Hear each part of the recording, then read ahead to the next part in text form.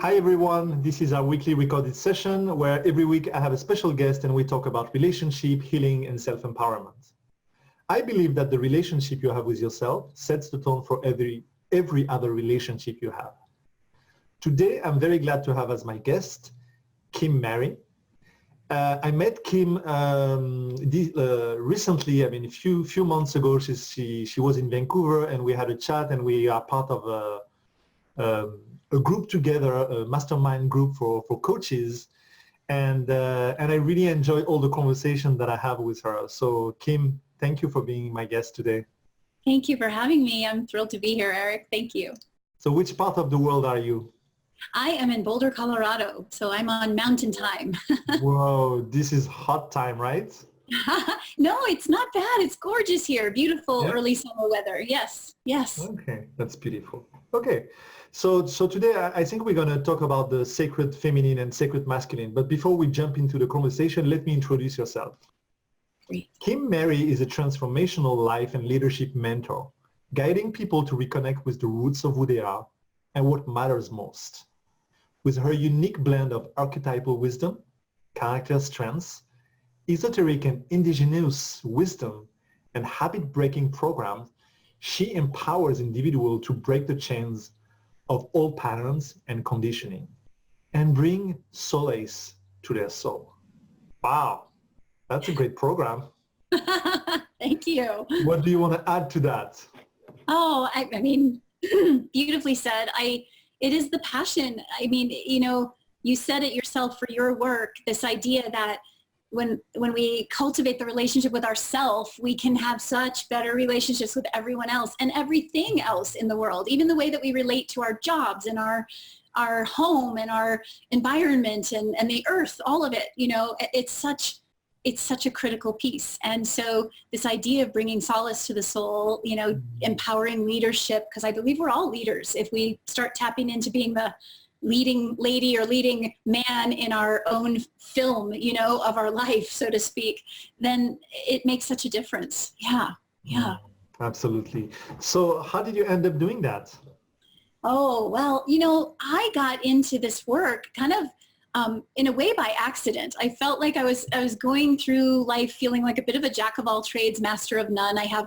I actually have a mathematics degree and an interior and environmental design degree. So I have this whole right brain, left brain thing going on.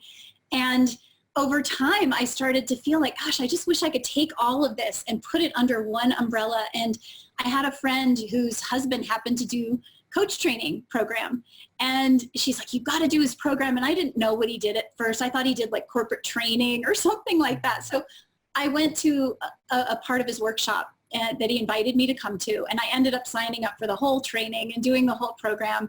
This was 10 years ago now. So it's hard to believe that I've been doing this and keeping this under an umbrella that allows me to take this diverse perspective from many walks of life, many ways of thinking, many perspectives, and really put it under an umbrella that serves many different people. So that's kind of how I came to it, because I love people, I love human evolution and development, and it just fits.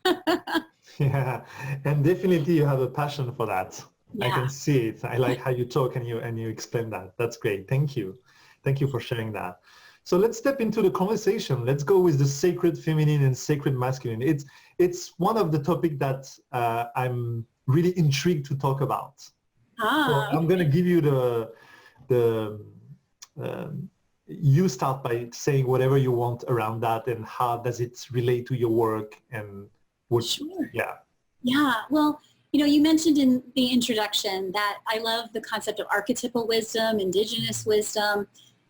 One of the courses I've taught in my history of coaching has been the wisdom of fairy tales.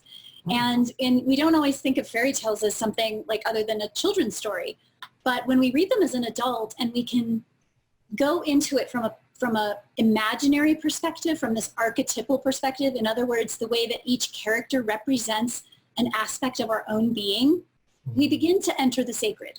So this is where we have this idea that, the prince isn't just a prince who's going to save the woman and ride off on the horse. And the princess isn't just this damsel in distress that is going to need to be saved, right? There's this whole other picture of sort of a dance between the soul and the spirit, this ineffable aspect of ourselves.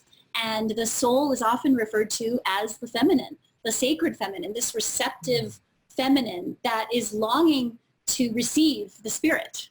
And so this is this idea that oftentimes our souls, we're unconscious. We walk around without a level of consciousness, paying attention, being present, noticing what we're doing, and really asking ourselves, am I meeting my destiny? Am I really tuning into what I love or what I'm here to do? But when we begin to tap into that and connect with the relationship with ourselves, something begins to happen on the soul level. We start to open to something that maybe we didn't see before or notice before. So it's not so much about the prince rescuing the princess. It's about us opening to something bigger than ourselves, something that maybe we haven't considered before because of our conditioning that we have, or the ways that we were brought up and the relationships we've had and the types of role models we've had, whether they've been good or bad, so to speak, for our path. So it's this beautiful opening. And then you look at the fairy tales and the journey of what the struggle is. We can use basic fairy tales and say, so often there's a character or a being that ends up in the wilderness, right? And so these are the challenges of life. These are the challenges that we have to open our soul, to go on that soul's journey and face the trials, and then go through this process of opening up our thinking life, our feeling life, and our body, our will forces, our way of acting and being and behaving in the world. So to me, this idea of the sacred feminine, sacred masculine is this constant dance that we're doing if we look at it archetypally. And we can get into it. I don't think of it as a male-female perspective. We all have both, always. And just like with everything, there's a light and a dark side to everything. And we can find that beautiful dance in the middle, in the tension, the dynamic tension between the polarities. So, yeah. Yeah, that's beautifully explained. Thank you for that. And as I was hearing what you just said and the prince archetype, do you think that today in our society, the prince has to be a warrior? Oh, great question. I love this. I have two boys. I'm raising two boys, and they're both teenagers right now. One is 13 and a half and one is 17. And I got so fascinated with understanding the differences between men and women, not just from an archetypal masculine, feminine, but our brains are actually wired differently. And there are instincts that we have that are natural instincts. And what I find is men have a natural instinct to want to protect and provide and produce. And they're naturally wanting to help, naturally wanting to care for and give and offer themselves. And it's such a beautiful, beautiful thing when we can tap into this healthy masculine that they tend to have so plentifully.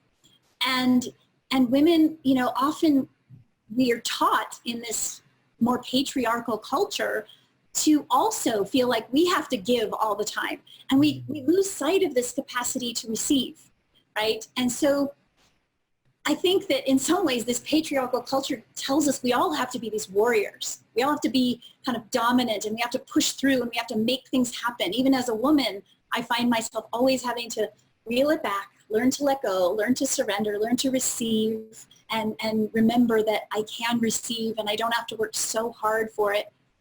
But at the same time, there's a healthy side. There's the healthy warrior and the unhealthy warrior. So one of the things that I teach, looking again at archetypes, I talk about 4 types of how do I want to say, like an archetypal position or stance that we can take. And I equate it to like a stick shift on a car. And you always have to go through neutral to get from one gear to the next, right? So one gear might be that you're in this warrior archetype. Another, and a certain situation might call for that. And so we can tap into this healthy warrior in doing that, to get something done, make something happen, set the boundaries, whatever it is we have to do. And then there might be the lover archetype, where we're softening and we're receiving. And then there might be the monarch, you know, like the king or queen archetype, where we're like, we're stable. We're not letting anything rattle us. We're just going to remember our truth, stay grounded, and let what's happening happen and be very discerning, right? And then there's the fool archetype, where we can move into this, I'm just going to play. I'm going to be very flexible. I'm going to move with what I'm doing. And in order to shift, depending upon the circumstance we're facing, we have to shift through that neutral space. So we've got to go inward, connect with our relationship to ourselves, and then choose that. So when you say, do I think, you know, the male has to be a warrior? I think we all have to look at these archetypes and say, what is the healthy warrior? What is the healthy monarch? What is the healthy lover? What is the healthy fool? And how do we shift? And there are many more archetypes than that, but those are 4 really common ways in which we navigate life. And so I think it boxes it in too much to say anyone should be a certain way, or that this is how the masculine is, or the male should be, or anything like that. I think we all have choices and opportunities to tap into, this is what I call the sacred masculine in that warrior space, or the sacred feminine. And I think there are sacred feminine warriors as well as sacred masculine warriors. And it's how do we do that? So, yeah. Yeah, that's a very interesting topic. I have a question for you, because I think that today in our society, that's how I feel, at least, the real warriors are the women. I mean, especially in North America. I come from Europe, but let's say in North America, I think all the women that I see, you know, in my daily life, the people that I know in North America, there is this culture about women being a warrior, getting things done, being independent, and also fighting, you know, for all the things that you haven't had for so long. So it seems to me that the woman wants to prove that they can be in that role. At the opposite, there are the men who are completely lost, who has been those warrior, like you said, like probably the unhealthy warrior, you know, having a direction, doing things, getting things done without acknowledging that part of ourselves, which can be vulnerability, which can be this feminine part where, as you said, we can soften. So it's almost like there is a reverse role, and yeah, and I do think that I don't know how can we can rebalance that. So I'm asking you, you're the expert. Oh my goodness, you're quite an expert yourself here too. And what you're saying, it's so beautiful, because I agree with you. On the one hand, you know, women are warriors and men are feeling lost, and there's been this tremendous imbalance, which is so unfortunate. And it is the way it's been, you know. I am raising 2 white, you know, cisgendered males. And it's very challenging to look at, you know, as they ask these questions, they come in so innocent and think, you know, why does race or color or religion or any of that matter? And they don't even see it. And of course, then they start learning as they get older, oh, this is what some people do. This is what some people think. This is what some people believe.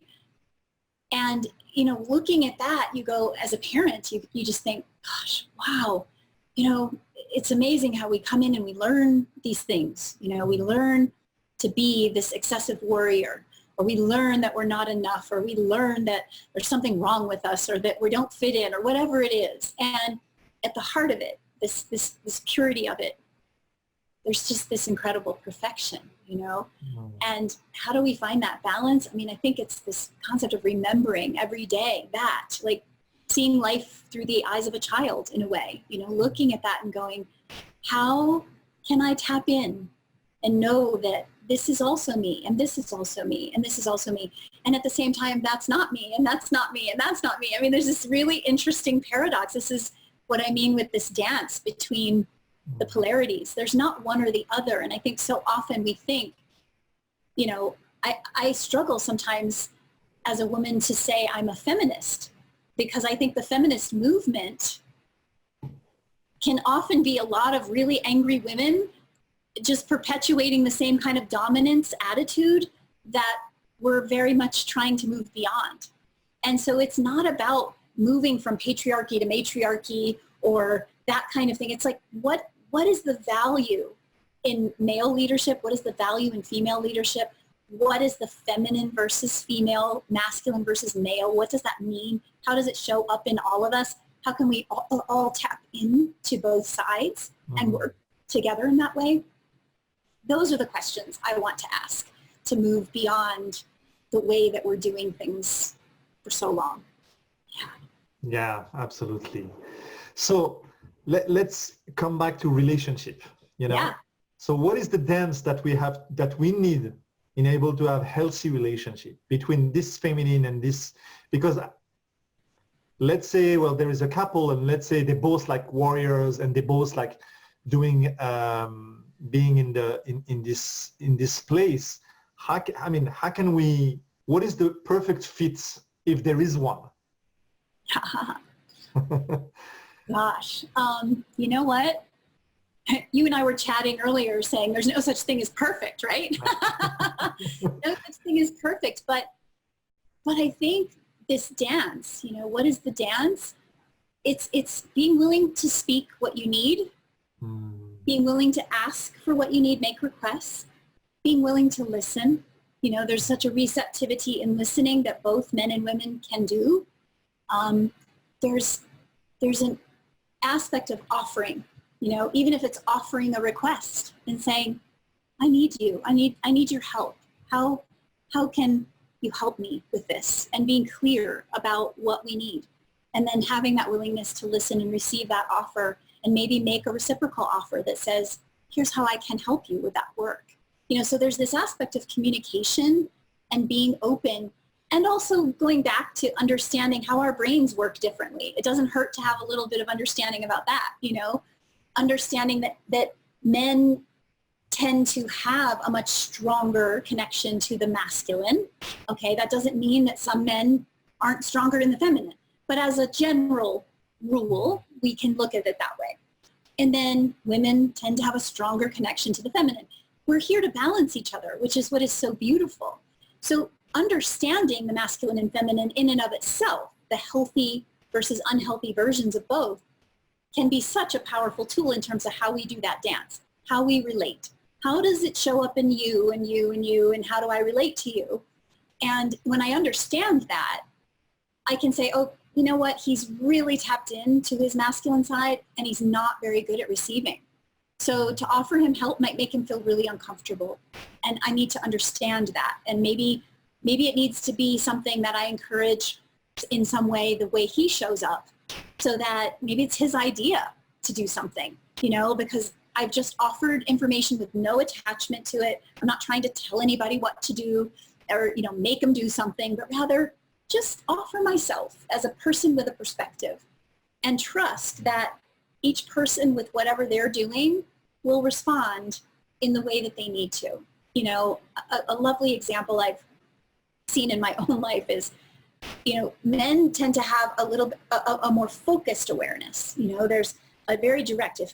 If a man comes home from work and he's hungry, he's going to go straight to the refrigerator and take something out to eat and get a snack and satisfy that hunger. You know, that's the focus. A woman might come home, she's got more diffuse awareness and she's hungry and she sees, you know, the shoes in the way and she straightens them out. And then she sees this over here and has to go put that away. And then she notices the children need something and so she takes care of that. And pretty soon it's dinner time and she never got the snack that she wanted to have, you know, and that can be such an interesting difference in the dynamic and just understanding that. And the men didn't see it at all. And it doesn't make them worse or the woman worse or better, either one, because guess what? That man knew how to take care of his needs, but the woman also understood the needs of others. So how can we maybe do that dance and understand that about each other? So when the woman says, oh my gosh, every time I'm in here, you know, cleaning my kitchen or doing this or doing whatever it is I'm doing, that trash can seems like it's always overflowing. How come he doesn't see it? Why doesn't he take it out? And finally she sits down and talks to him and says, okay, you know, I learned that I need to ask for what I need. So here's what I need. It makes me feel unsafe when I'm in my kitchen and I'm trying to prepare dinner and my trash is overflowing and it feels uncomfortable. Would you please just take the trash out? You know, could you please just make sure the trash is taken out? And he'll say, of course, I'll help. I'm happy to help. I'm happy to support you. And then a key question would be, what do you need from me to help you do that for me? And he'll probably say, I need you to tell me when it's ready to go out. Because and the woman will be like, but that's not the point. I want you to see it. But he doesn't always see it. She is seeing everything. He's seeing what he needs to see. Now, that doesn't mean we both can't learn to see in different ways, but we have to appreciate the difference. What is wrong with having that agreement that says, okay, fine, I'll see it, and I'll say, okay, the trash is full, please take it out. And he'll happily do it in that moment, and then you have what you need, and you have a good relationship. I mean, it's things like that, these little examples of understanding the different ways we see things and how we relate that can make all the difference in the world. I've done it with my boys, and it's amazing. I don't expect them to see what I see anymore. I've loosened my expectations so that now I can say they don't see it, but when I ask and they know that I'm asking for their help, they are so happy to help. So. Yeah, I really love what you shared. Thank you for sharing that, because there's so many great things that you just said. So I'm just going to recap very quickly. But the first thing that I really appreciated in what you said is for me, when I was hearing you, you described like having a sacred space between the man and the woman, and like a container where it's safe to be ourselves and where it's safe to also experiment. Yes. Sometimes I want to be in my masculine. Sometimes I can try to be in my feminine, even if I don't know what it looks like. And the opposite the same. So I really love that. Then what you just shared also about this awareness that we have different perspective, but instead of attacking, of reacting, is just being in a place of love. And I think when we are in a place of that, what I would call perfect love, I've done an interview with one of my friends about that. It's when you can recognize that you don't know what you don't know, and you need to ask. You need to ask for what you need. You need to ask for what you want. And you need to ask your partner, what do you need? How can I support you? Yes. Because we're not medium, and we don't have like a crystal ball. And I think that's where the strengths can come in a relationship. And that's where we can build some partnerships. It's when we create this sacred space, and we have one of our job as men and women is to protect that sacred space.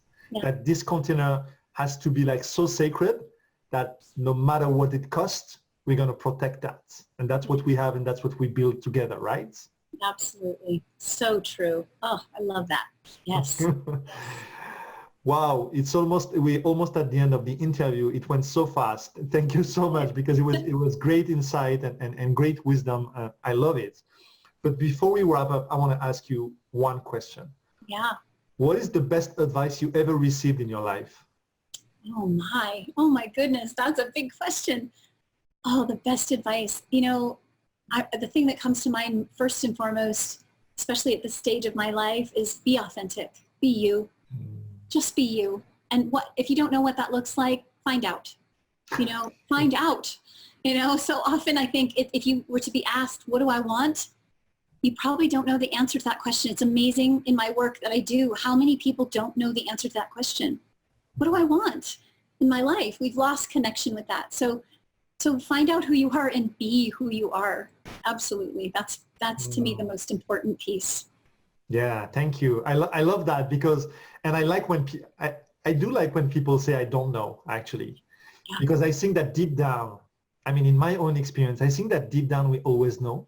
Yes. But somehow we don't allow ourselves to say it out loud, and it can take a while to repair that. Yes. So there is one thing that I'm going to give as a tip for the listeners is when people don't know, and I used to be in a place where I didn't know how I felt. Just pick something. Just pick something. Make a choice. I don't know what I want today. I don't know what I want for my life. What if I want that? And let's see how it works. And I really encourage people to do that, because the minute they pick something, their body will tell them if it feels right yes. or not. Immediately. Yes. It's after making a choice that you can feel, no, it doesn't really feel right.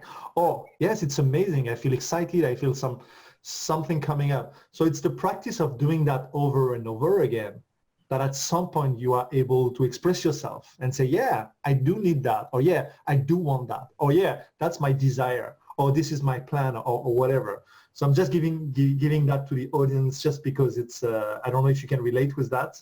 Absolutely. This idea that we don't act after we're clear. We're never going to be totally clear, but instead we get clear by acting. I love that. Beautiful. Exactly. Kim, thank you so much for being my guest today. It was a pleasure having this conversation with you. I think we can go on for at least 1 hour or more. Yeah. But I hope people will get a sense of what we wanted to give them in that interview. So if people want to reach out or wants to work with you or want to know better about yourself, what's the best way to contact you or to have information about you?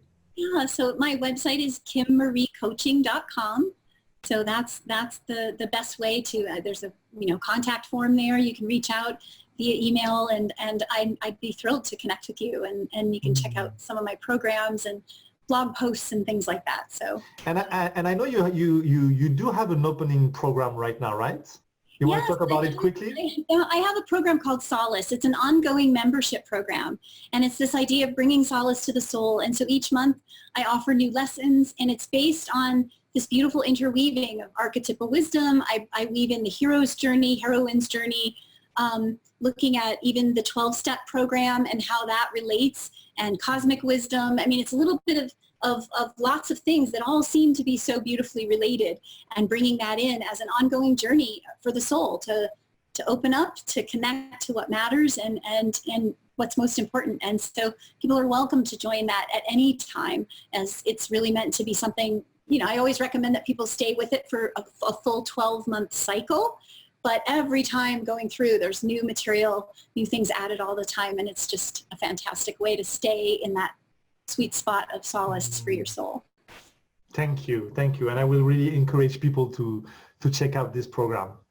Thank you. Kim, thank you very much. Have a nice day. And people, it's the end of our session for today. And as I always said, if you open your heart, you have all the love you need. So take care, and I'll see you next week for a new interview. Bye.